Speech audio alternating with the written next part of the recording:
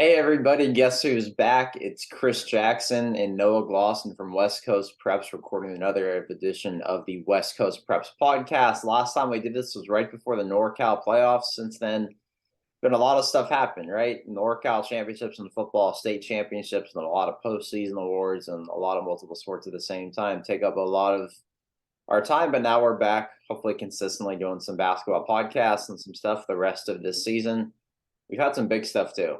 We've had crazy league races already. I think you all have seen it on Twitter with the East Bay Athletic League, WACC, Marin County, West Catholic Athletic League. Great. You pretty much named the league right now, and it's getting wild and really intense in front of some full packed arenas. First off, though, Noah was at the De La Salle MLK Classic, the 25th annual rendition of that very, very special day in Concord. I guess, Noah, first, take me through that day, what you saw, and some of the biggest headliners and players you saw. Well, it was quite an exciting day of hoops. We saw some of the best teams in the Bay Area, and even a team from Oregon that was actually ranked number one by USA Today, Westland. I'll get into them in a second, but it kicked off right in the morning at 9:30. Oakland Tech battled Camp Lindo. Oakland Tech faced a elite gauntlet of a schedule. They played at Gridley. They played at the NorCal Tip-Off at Dublin against some elite competition. Camp Lindo, they just got back their star wing, Shane O'Reilly. He had missed a couple games with a head injury. He was out in that loss to Clayton Valley, their first league loss in like 4 years. He comes back and he makes a difference. 20 points, 10 rebounds, great defense, and Camp Lindo staves off Oakland Tech 56-47. Great effort by both teams. Amari Muhammad with Oakland Tech, he's a ball hawk. He can steal the ball away from you at any moment. 4 steals in that game. I liked what Camp Lindo had, and I think this team can definitely go far. I know, you lose Aiden Mahaney, but the way Camp Lindo plays that ball movement, Logan Robeson and other great scorers, they can definitely make a run the NCS playoffs. The biggest thing with them too is you mentioned Logan Robeson's back and healthy, right? That's something they've missed. He played appeared in I think 14 games last season. There actually is a feature on him on our website, westcoastpreps.com, a day or two ago. But yeah, he only played 14 games his junior season. Didn't even play a sophomore year. Just really fluke injuries. Not a whole lot you can do about it. Now he's really living up to that name and that billing that's been bestowed upon him these last couple of years, and probably exceeded that, averaging over 22 a game, a really efficient shooter, can score from inside and outside, and he really makes this Camp Lindo team go in a lot of ways. Easily. And Camp Lindo, they've had some tough losses, a couple to Vanden. They lost to Clayton Valley, but keep in mind, like I said, Shane O'Reilly was out that game. He contributes on both ends with shooting. His defense on the wing has been exceptional. And when they're complete with him, they can be a very good team, top 10 in the Bay Area easily.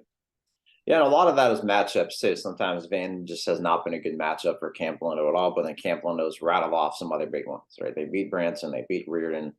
They had a great showing at Gridley their last month, which is also the same weekend as the football state championships. But Camp Lindo is definitely going to be a force. And then head coach Steven Dyer is just doing what he does as well. Just got his 150th win at Camp Lindo there last night. So congrats to coach on that really big milestone.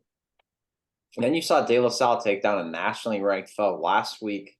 I know we'll get into the EBAL in a second, but last week lose to Monte Vista, and they come back and beat a nationally ranked team on Monday. Yes, Westland from Oregon. Pritchard on the Celtics actually went there. They're led by a 4-star guard, Jackson Shellstad. He's signed to Oregon. He is an elite scorer. And in this 4-minute span, the second quarter, he scored 12 points, hit 5 straight shots. He could easily be a McDonald's All-American, but what does De La Salle do? They stick to their bread and butter. They move the ball well. They do some backdoor cuts. They get to the basket. Alec Blair leads them. Leo Ricketts came off the bench. He was huge. 17 points, 4 threes.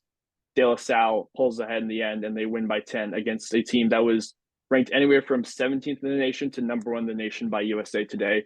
So what an accomplishment for De La Salle, and then what a remarkable program. And how about Alec Blair, too? It's pretty hard to think that kid's a sophomore, isn't it? Yeah. But where does De La Salle factor into this league race, too? You've seen some big games. You were at De La Salle San Ramon Valley last night, a crazy ending there where they go on that big run to pretty much end that game and beat SRV. But now in that EBAL talk, where does De La Salle factor into the East Bay Athletic League in that, I guess, early race? I couldn't tell you. There's so many great teams. There's like 7 teams that can compete for that top spot. You've got Dublin, you've got Cal, you got SRV, Monte Vista, Doherty Valley, De La Salle, and Granada. I mean, the league race have been crazy. I've seen a few teams last week. SRV battled Doherty Valley. They lost by 6 that game. Then Dublin took down Monte Vista. They played really well in the full court press. Didn't shoot the ball well, but they crashed the offensive boards. That's how leading the victory. But SRV De La Salle was a thriller last night. De La Salle goes down by 4 with 1:55 left, I believe. They score a couple with Arshan Saki scoring a bucket, then Alec Blair scoring, and then they steal the ball and Saki scores on the game-winning layup with 2.6 left. De La Salle is resilient. They can close out any game on an 8-0 run. They have beautiful ball movement and great depth and great chemistry, and that's what makes this team so special. Yeah, De La Salle's got that resume really going. Play great defense, but they've got a lot of different leaders that can step up in a lot of ways, and got a good record. Only losses to Monte Vista in league play, but look what they've done since. Beat San Ramon Valley. They beat a nationally ranked team.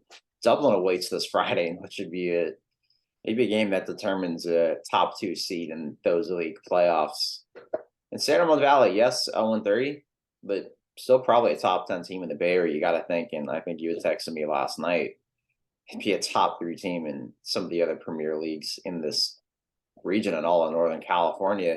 0-3, but they've lost to De La Salle on the road in the close one. They've lost to Doherty Valley on the road, and they've lost at Cal on the road. Or no, they lost to Doherty Valley at home. My apology. That Doherty Valley was still number 1 in the Bay Area, so it's pretty much like a road game in some ways, right, with how good Doherty is. So that resume 0-3. Probably the best 0-3 team you'll really likely ever find out there, especially with the team they've got, the coaching staff, and everything else that's working for them. And they've still got a factor to be at least an early open division type team still in mid-January. Easily. I mean, this is a loaded league. 0-3 is just as good as any top team in any league around the Bay Area. Top 3 team in WCL for sure, and number 1 in any other league around the Bay Area. Parker McClaughry is a great scorer. They've got Mason Thomas as a sharp shooter. Seamus Dealey, he really stepped it up in the 4th quarter, had some big plays, had an N1 that put him up by 4. San Ramon Valley is definitely going to be a team that's competing for an NCS championship like they did. Let's get that ready. I'm just pulling up those standings on Max Preps, and you already know some of those advertisements pop up. Yeah, those advertisements pop up. But yeah, they've got a lot of great guys who can score. And San Ramon Valley, they're going to be a tough team that can compete with any team. Their average margin of loss in every game so far is by 5 points. 1 was to Reardon, and then 3 were in league. So this team is still going to be hanging tough with the best teams in the Bay Area easily. And the top team in the league right now that they've had another one of those close losses too is Doherty Valley, 3-0, and they've just won huge games at San Ramon Valley, like we just mentioned, at Granada last Friday. In what I was there and saw, and they've got, I think, that missing piece in Blake Hudson. They had the stars last year, right? You had Ryan Beasley and Connor Sevilla, but what Beasley and Sevilla said after that Granada game was Blake Hudson was that missing piece to the puzzle we really needed to go over the hump. And Blake Hudson was at St. Mary's in Berkeley last year, led that team in literally every single category, like 18 points a game is pretty much a double-double machine, 2-way athletic wing. Goes to Doherty Valley. Now they've got that third piece to really contend. Now they're number 1 in the Bay Area, lost 1 game all season. Doherty Valley's gotta like what they've got. That was to a nationally ranked opponent too, St. Augustine. Blake Hudson, he just really completes that team. You know, you've got one of the best backcourts in Northern California in Sevilla and Beasley. They can score, 30 or 30, 25 any given night. Sevilla, I still know how he doesn't have as many offers as he does. He is a great player, clutch shooter. He has ice in his veins. He deserves offers. And Beasley, the USF commit, is going to do great things in the WCC easily. Yeah, Beasley's going to be one of those guys. Just his control towards the rim too, and that athleticism and everything else he's got is it's on a different level, right? He was the player of the year as a junior last year, averaged 30 a game. Then Sevilla, I'm glad you mentioned him because his offense is really good. He can shoot from Tracy. He can shoot from Walnut Creek, wherever the heck you put that kid. It's just he's going to hit 30, 35 foot just rockets on that court. But his defense really impressed me. He defended that 6-7 win at Granada. Tyler Harris, the 4-star prospect, with a lot of tenacity. There was actually a 30-second stretch in that game where he blocked Harris twice, and he's got 8 less inches on Harris and did that, but it's his defense. So he's a complete guard. I did see Cal State East Bay talking to him for a minute after that game, so that's good to see, but I just can't understand why there aren't more offers, is more interest coming his way. That's something that's probably going to shock us until the end of time. Easily, and a lot of players will get offers as time goes on, and I think defense for Doherty Valley has been really a strong, shining part of this well-rounded squad. They played exceptionally well. They had multiple steals for Hudson, Sevilla, and Beasley. When I saw them against San Ramon Valley, they had some big shots. Blake Hudson makes some big plays. I think he had a combined 7 blocks and steals. So I want to see what Doherty Valley can do in terms of defense, and also because we know what they're capable of in terms of offense. Explosive, can score up to 70, 80 a night. So we're going to see how this plays out, but this league is just going to keep getting more interesting. Yeah, and Granada's got that size with 3 guys over 6'6". You've got Andrew McKeever at center. They lost to Doherty Valley by 7, and they didn't have Nate Keeney, who's really a stabilizer at the guard spot. Good defender, kind of a 3-and-D guy in a lot of ways. Tough kid. Didn't have him. Still, though, off to a really good start. Beat Monte Vista, had some really big wins. They're another top 10 team. Dublin's also undefeated in the league. Beat Cal, beat Monte Vista. Playing really balanced basketball. That's something that Coach Tom Costello really likes. It's tough to beat when you've got Jalen Stokes, Donovan Cooks, Courtney Anderson, pretty much everybody attacking you in different ways. And Dublin's playing its best basketball right now. Monte Vista's 1-2. Again, the losses, Granada and Dublin, they beat De La Salle. Cal High's another team probably getting overlooked, but that just goes to show you the strength of this league this year. And Cal's got some big wins as well. Best players, though. Rattle off some of your best players you've seen in this league this year, and who might be, I guess, an early player of the year consideration in the EBA. Well, there's a lot. First of all, you did mention Donovan Cooks. He just recently announced his commitment to San Francisco State to play at the collegiate level. Of course, Courtney Anderson is an explosive guard signed to Colorado. Jalen Stokes was fantastic against Monte Vista in the game I saw. I think he had 16 points and 8 rebounds. I like Beasley. Sevilla is definitely up there.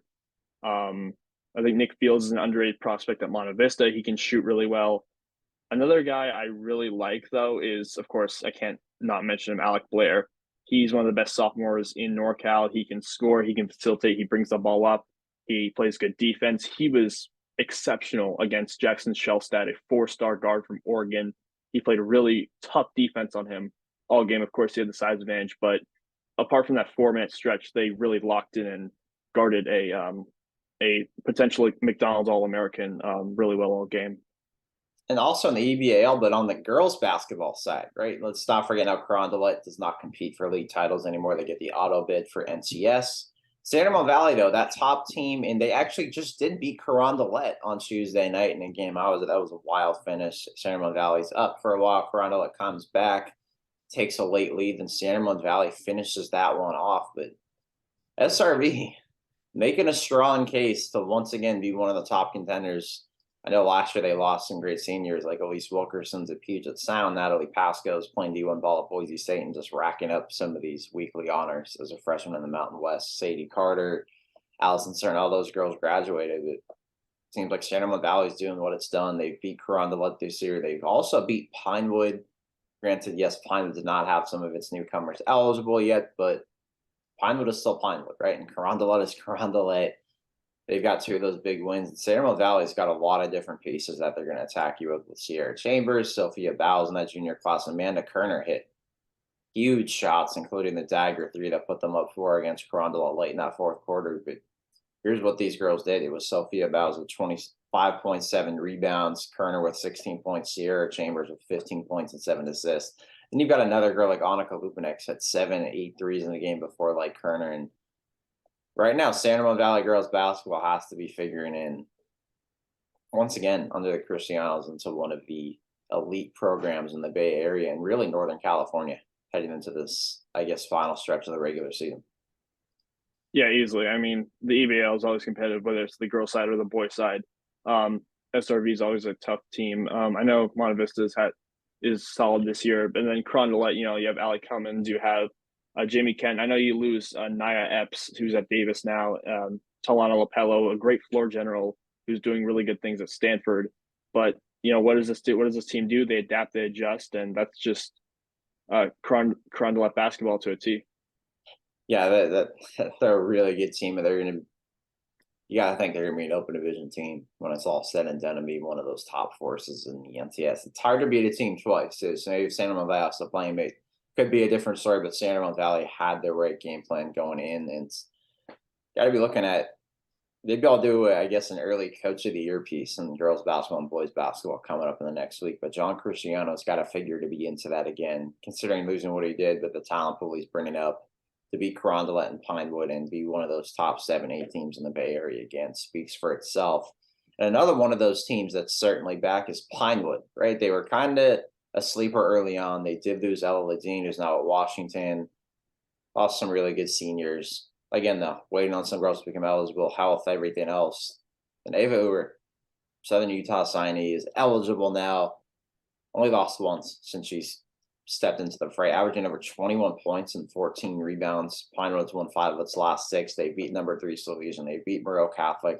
And the only loss in that stretch was to Oakland Tech, but one of Pinewood's top players went down with a season-ending injury in that game, too. So it's Pinewood's starting to do what Doc Shepler always does, and that's going to be another team where when that CCS race comes out in the open division by the end of the year, it's going to be Mitty and Pinewood pretty much right there at the top again, which is the way it's been for these last few years.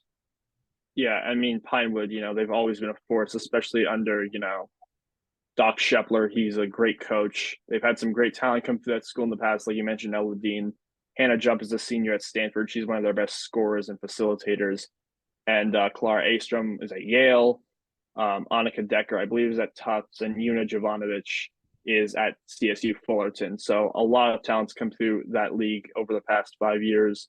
And, they've played some tough teams. They're 6-5, but look at those losses to University, to Reardon, to Los Altos. A lot of those were without their eligible starters, but now they're really stepping up at the right time.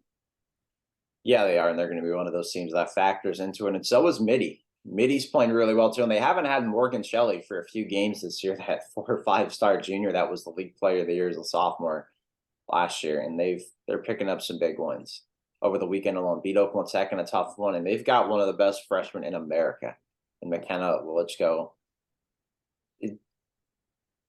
She could probably be a player of the year candidate as a freshman with how good she is. Her last week alone was just on a whole other level. Let me pull up some of these stats that she did have. But what she's been accomplishing there at Mitty is a whole other beast. Pulling this up right now, and you got to look at it. Just these last 4 games: 16 points, 12 rebounds against Sacred Heart Cathedral, 26 points and 9 rebounds versus St. Francis, 30 points and 12 rebounds versus Oakland Tech, 18 points and 16 rebounds against Bishop O'Dowd. Wild stats, and they're the number 2 team probably in the Bay Area. Their only 2 losses were to Long Island Lutheran from New York, and then Piedmont, which is our number 1 team in the Bay Area. And Piedmont really performed well at the Bishop O'Dowd girls MLK tournament. So I think the league race, the NorCal race is going to be interesting, especially with these teams like Piedmont. I expect them to make the Open, and Mitty, of course. Yeah, and I think we got to go into Piedmont a little bit before we go into this other league race we're going to talk about on the boys basketball side. With Piedmont's girls 16-0, they've defeated Mitty. It was a nationally ranked team by Max Preps, the top 15 team nationally by Max Preps. Mitty is with Piedmont 16-0, number 1 in the Bay Area in our rankings, and I think numerous other publications. They just wanted to doubt again on Wednesday. A crazy game there. They really toughened that one out when Trinity Zamora, San Diego State signee, left with a late injury. They just got a lot of different pieces. Natalia Martinez is a 1,000-point scorer. Zamora going to the D1 level, like I just mentioned. You've got Perseus Jacaris. Hit a dagger 3 in that game, but just provides that energy. And then Eva Livingston, she's got multiple D1 offers. And just an unbelievable rebounder, double-digit scorer every night. Piedmont's got a lot of those pieces. At least right now, it looks like a number 1 seed in the NCS Open Division. Easily, at least for right now. Of course, anything can happen, but look at the resume. They did beat Mitty. They beat Cal, a tough Cal High team. They beat Salesian. That was a great win at MLK. Come from behind, they were down at half, I believe, by 3. They dominate that third quarter and pulled out 69 to 63, and then they beat O'Dowd by 7. So you have to see, what they got going forward. And it does look like they could face off against Aquani's girls basketball team very soon. That's going to be, I think, on the 21st. That's going to be a really interesting matchup, and we'll have to see how that one goes down. Yeah, we will. It's going to be a fun race to this girls' basketball season. Piedmont, Occolani, San Ramon Valley, Huron, Deloitte, and NCS alone of them. I know I'm missing others, right? Like a Marin Catholic. A lot of these other teams are going to factor into that. But now boys basketball, the WAC. We've both seen some of these biggest games. I was at one last night, Piedmont, Bishop O'Dowd boys in that doubleheader. This league race has to be one of the most intriguing in Northern California, at least through these first couple weeks of league play. Oh, yeah. 100%. I saw Berkeley beat O'Dowd. This was their first win against O'Dowd in 15 years. Their junior class is scary good. Jamari Weidman, you've got Ollie Miller, AJ Laustu, and many other scorers. They're all coming back next year, which is terrifying for the WAC. They did lose to Alameda by 2, but Alameda, they've got a great coach in Miles Tarver. They can score well. They're an elite shooting team. This race is really going to come down to the 4 teams in Piedmont, O'Dowd, Alameda, and Berkeley, and it's going to be wild all the way through. You've got Berkeley and Piedmont in the first place teams. They're going to square off on Friday night for, I guess, that first place battle. Again, Piedmont won a first place battle last week against Alameda by 2 points. You had Robbie Silverberg. They were waiting for that third piece and that guard to really emerge. He had 12 points in that fourth quarter, back-to-back threes to win it. Big one there. Then they lose to O'Dowd. That's always been a tough matchup just for their contrasting styles and the way they play. Right, basketball is a matchup game, and O'Dowd's also another team clicking though at the right time. You just saw them this week. Yeah, I just saw them on Wednesday. I love what O'Dowd's got, and I guess the Miles duo is what I'm going to call them, is Miles Dixon and Miles Burrows, both in double figures, tough scorers, tough finishers, can do a lot of different things and play with a lot of energy for Bishop O'Dowd, but they're certainly not the only pieces that legendary coach Lou Ritchie has to, you got to think, make O'Dowd once again one of the factors to win another league title. And, O'Dowd's always had, that stranglehold on the WAC for so many years, but now you see all these other teams come in. But O'Dowd's tough. Even with that 8-9 record, they played a national schedule. They beat Taft of Woodland Hills on Monday at the MLK tournament. The free throw shooting, I'll admit, was not great, but they did come clutch in the end. Josh Green had a big deflection, and then right to Miles Dixon. He goes in for the slam to ice the game, hits 2 free throws, and they win by 5 over a tough Taft team. And they got a big win. And that gives them confidence going forward. They've won 4 in a row. They got San Leandro coming up. Then you have Grant and Berkeley. So we're going to see how that one plays out for sure. Yeah, it is. O'Dowd's got a lot of different players. They started out a little slow in league play, right? They lose to Alameda. They lose to Berkeley. Not the O'Dowd we're used to, losing back-to-back league games. I can't remember the last time that's happened. Maybe that's something I got to go dig into the archives. But the Max Preps era, it's got to be very rare, if at all, that that's happened. And they've stormed back. They beat the rival Piedmont by 20 points last night, where they pretty much controlled that game, got Piedmont stars in the foul trouble right from the start, played physical, doing O'Dowd basketball those best. Alameda, Miles Tarver is definitely a coach of the year candidate with what they're doing. They're ranked in the Bay Area.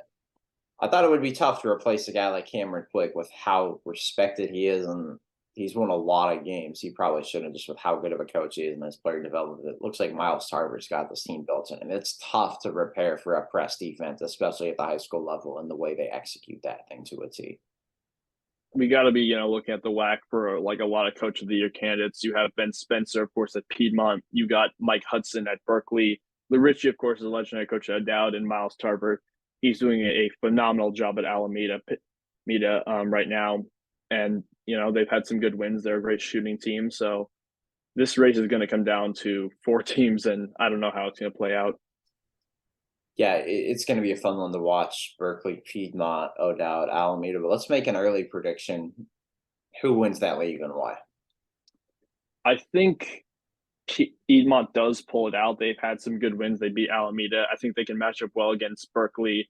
O'Dowd got them the first time. They will definitely make it interesting the second time. So I got to give Piedmont the edge. And I think then Alameda or Berkeley comes in second, and then O'Dowd comes in fourth. But it could go in any order. Yeah, it can. I think I'm going O'Dowd. they've been the champion for well over a decade. I gotta see it to believe it. That's just always kind of in my stance. They're figuring this thing out. They're playing well, and you've got to play every team twice. And it's hard for me to see teams beating a team like O'Dowd twice. I'll probably be proven wrong for that, but with the toughness of this O'Dowd team, the way they've got this defense going, this culture, and everything else, and the energy I saw them play with last night against Piedmont, it's hard for me to believe that O'Dowd's not going to keep this streak going of league title after league title and put another year on that boys basketball banner in that new sparkling $40 million gym. Yeah, I mean, O'Dowd can definitely play. They got Miles Burrows. Amos Hodgson, he was fantastic against Taft. He had 6 threes and 22 points in that game. He was the player of the game by Sportsbook Live, and they've got the pieces to do. Josh Green is an underrated defender. He made, like I said, he had that big deflection, and he can definitely contribute in a lot of ways. So I like this team from O'Dowd. Yeah, dude. Alameda is going to be there near the end. Gabe Garcia, Jackson, yep. That way they play both sides of the court as a team. Piedmont's going to be there, especially when you've got a guy like AJ Harris that just scores 30 points a night alone. That's half of most teams' productions and probably 60% of the production for some teams. And Berkeley, Mike Hudson, he's got this program going. And Berkeley sports really are just going in general. Nothing but juniors and freshmen on that roster, which means every single player is going to be back next year. The WAC better watch out with what Berkeley's got. The buzz is definitely back. Yeah, the buzz is back. It's football league champs. Maybe basketball gets one. Baseball was league champs last year. I know soccer is doing well. Gotta love the coaches they've hired in Berkeley. And I know I'm thinking way too far ahead, but those way too early boys basketball rankings, I'm like, come out with those in a couple months. Berkeley's going to be right there near the top. But Noah, you're going to be at Acalanes against Miramonte girls basketball on Friday. I've got some big ones these next couple of days. I'll be at Marin Catholic against Branson doubleheader tonight. Girls basketball is the game of the week. Boys basketball game of the week voting still has another few hours until 8 p.m. tonight to decide, I guess, where I'll be going tomorrow evening in the Bay Area. Anyway, everybody, stay safe. Enjoy the dry weather we've got now in California, and enjoy some more great basketball and soccer action out here in Northern California.